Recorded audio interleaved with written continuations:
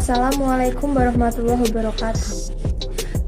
Yang terhormat Ibu Lulu Amalia Nusron, STMAK, selaku dosen pengampu mata kuliah Ekonomi Mikro, dan teman-teman kelas A2 Akuntansi. Pada kesempatan kali ini, kami dari kelompok 4 akan mempresentasikan materi tentang teori produksi dan kegiatan perusahaan. Sebelumnya, izinkan kami memperkenalkan diri. Saya Mutiara Fatmawati, NPM 054, Elvina Haf Clarissa, NPM 051, Rizka Aristiani, NPM 052, dan Muhammad Nafis Azra, NPM 053. Berikut ini video presentasi dari kami. Teori produksi dan kegiatan perusahaan terdapat beberapa materi. Yang pertama, bentuk-bentuk organisasi perusahaan. Kedua, perusahaan ditinjau dari sudut teori ekonomi. Dan ketiga, fungsi dan teori produksi.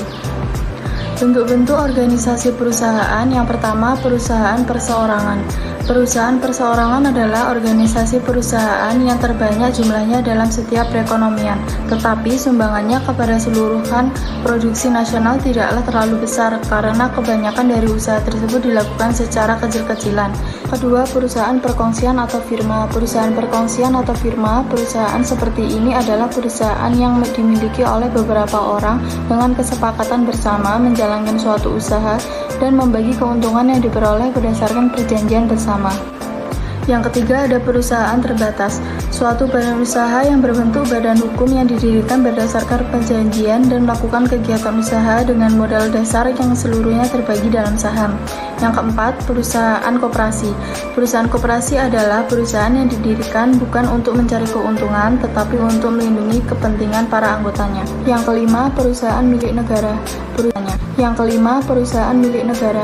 Perusahaan ini lebih dikenal sebagai BUMN, di mana sebagian modalnya merupakan milik negara yang bertujuan untuk menyediakan barang dan jasa untuk masyarakat. BUMN diawasi dan dikontrol oleh pemerintah, serta pemerintah memiliki kekuasaan penuh atas badan usaha tersebut. Perusahaan ditinjau dari sudut teori ekonomi.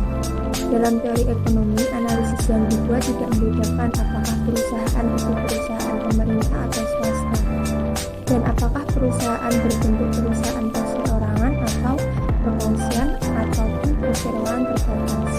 Dalam teori ekonomi, berbagai jenis perusahaan dipandang sebagai unit-unit badan usaha yang mempunyai tujuan sama, yaitu mencapai keuntungan yang maksimum. Untuk tujuan itu, menjalankan usaha dengan mengatur faktor-faktor produksi secara efisien mungkin sehingga usaha memaksimumkan keuntungan dapat dicapai dengan cara dari sudut ekonomi dipandang sebagai cara yang efisien. Tujuan perusahaan memaksimumkan keuntungan. Dalam teori ekonomi, permisalan tertentu dalam menganalisis kegiatan perusahaan adalah mereka akan melakukan kegiatan memproduksi sampai pada tingkat di mana keuntungan mereka mencapai jumlah yang maksimum. Berdasarkan permisalan ini dapat ditunjukkan pada tingkat kapasitas memproduksi yang bagaimana perusahaan akan menjalankan kegiatan usahanya. Cara mencapai tujuan memaksimumkan keuntungan. Keuntungan atau kerugian adalah perbedaan antara hasil penjualan dan biaya produksi. Keuntungan diperoleh apabila hasil melebihi dari biaya produksi.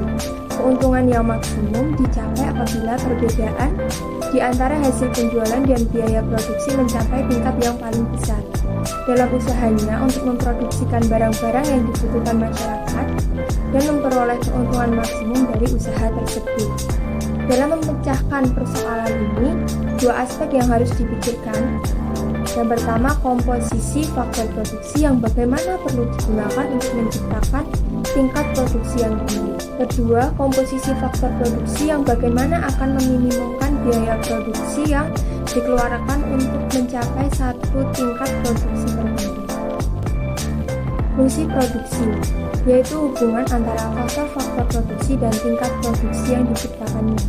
Faktor-faktor produksi dibedakan menjadi 4 golongan, yaitu tenaga kerja, tanah, modal, dan keahlian keusahawanan.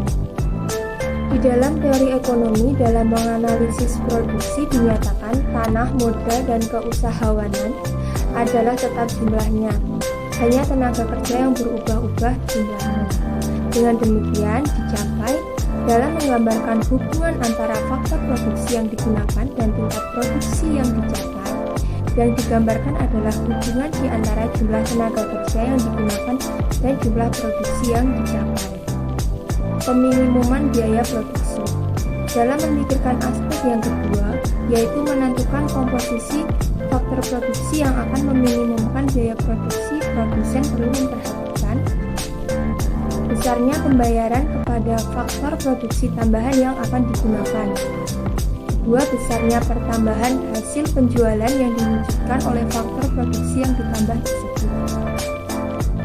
Misalkan, 1 unit tambahan faktor produksi A memerlukan biaya sebanyak 10.000 dan ia memberi hasil tambahan sebanyak 25.000. Sedangkan 1 unit tambahan faktor produksi B memerlukan biaya 20.000 dan juga menghasilkan tambahan nilai sebanyak 25.000.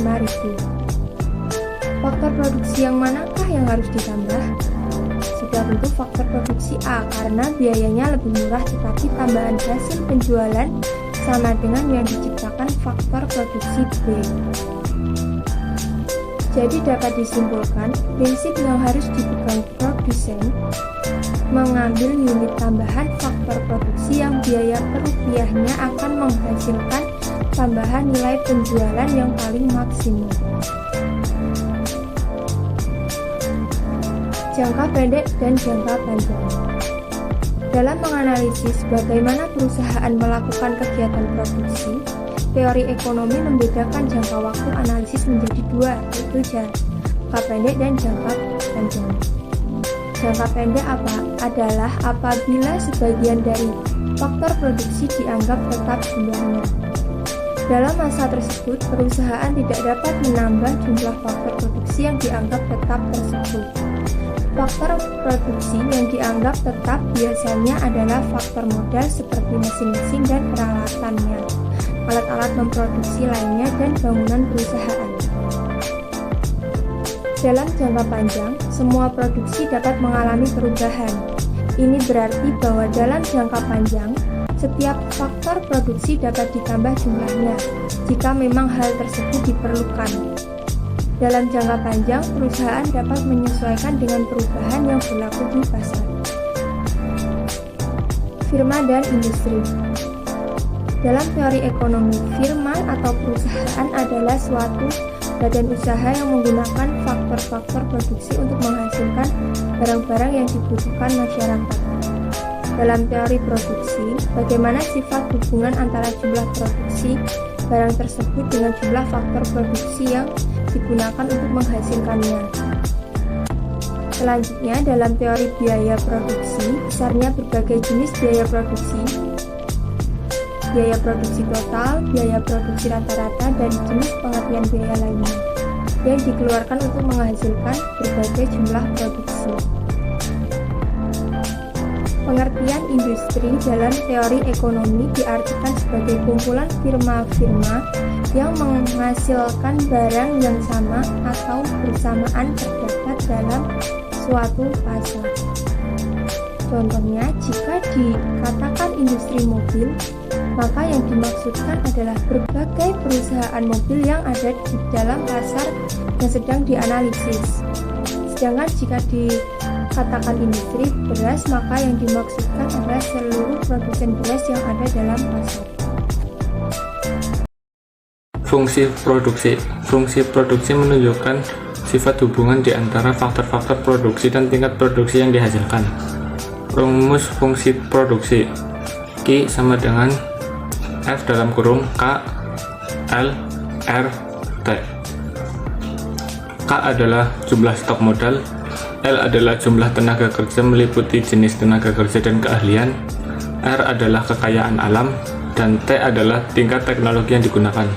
Sedangkan Q adalah jumlah produksi yang dihasilkan oleh berbagai jenis faktor-faktor produksi tersebut. Teori produksi dalam ilmu ekonomi membedakan analisisnya kepada dua pendekatan. Yang pertama, teori produksi dengan satu faktor berubah. Yang kedua, teori produksi dengan dua faktor berubah. Teori produksi dengan satu faktor berubah. Teori yang sederhana menggambarkan tentang hubungan di mana di antara tingkat produksi suatu barang dengan jumlah tenaga kerja yang digunakan untuk menghasilkan berbagai tingkat produksi barang tersebut. Dalam analisis tersebut, dimisalkan satu faktor produksi yang dapat diubah adalah tenaga kerja. Hukum hasil lebih yang semakin berkurang. Hukum hasil lebih yang semakin berkurang menyatakan bahwa apabila faktor produksi yang dapat diubah jumlahnya, yaitu tenaga kerja, terus-menerus ditambah sebanyak 1 unit. Pada mulanya, produksi total akan semakin banyak pertambahannya, tetapi sesudah mencapai suatu tingkat tertentu, produksi tambahan akan semakin berkurang, dan akhirnya mencapai nilai negatif. Sifat pertambahan produksi seperti ini menyebabkan pertambahan produksi total semakin lambat, dan akhirnya ia mencapai tingkat yang maksimum dan kemudian menurun. Hukum hasil lebih yang semakin berkurang menyatakan bahwa hubungan antara tingkat produksi dengan jumlah tenaga kerja yang digunakan dapat dibedakan dalam 3 tahap, yaitu tahap pertama, produksi total mengalami pertambahan yang semakin cepat. Tahap kedua, produksi total pertambahannya semakin lambat. Tahap ketiga, produksi total semakin lama semakin berkurang. Produksi total, produksi rata-rata, dan produksi marginal. Nilai produksi marginal yaitu tambahan produksi yang diakibatkan oleh pertambahan satu tenaga kerja yang digunakan. Rumusnya, MP sama dengan ATP per AL. MP adalah produksi marginal, ATP adalah pertambahan produksi total, dan AL adalah pertambahan tenaga kerja. Besarnya produksi rata-rata yaitu produksi yang secara rata-rata dihasilkan oleh setiap pekerja, maka dapat dihitung dengan menggunakan persamaan berikut.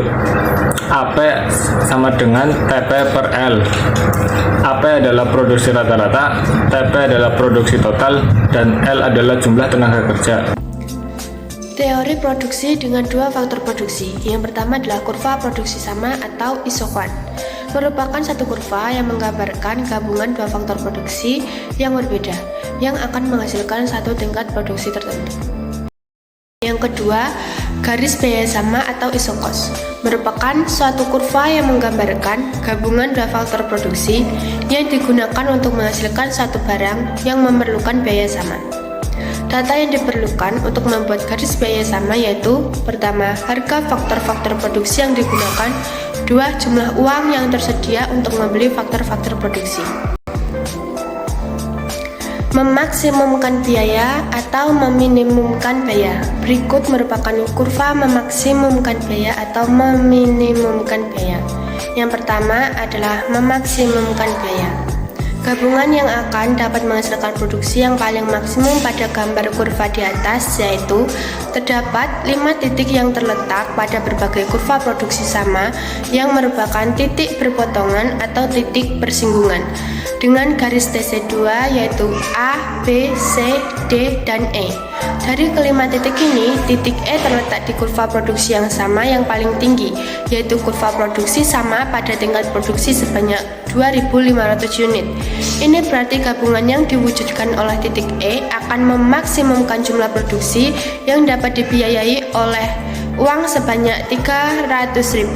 Gabungan tersebut terdiri dari 12 unit modal dan 12 tenaga kerja. Yang kedua, meminimumkan biaya. Gabungan yang dapat memakan biaya paling murah pada gambar di atas, yaitu yang biayanya paling minimum adalah gabungan yang ditunjukkan oleh titik yang terletak pada garis biaya sama yang paling rendah, titik P pada garis biaya sama yang menyinggung kurva produksi sama AQ yang paling rendah yaitu garis TC. Dengan demikian, titik ini menggambarkan gabungan tenaga kerja dan modal yang akan membutuhkan biaya paling minimum untuk menghasilkan 15.000 unit. Faktor produksi itu terdiri dari 9 tenaga kerja dan 8 unit modal, yang biaya yang akan dikeluarkan adalah 210.000.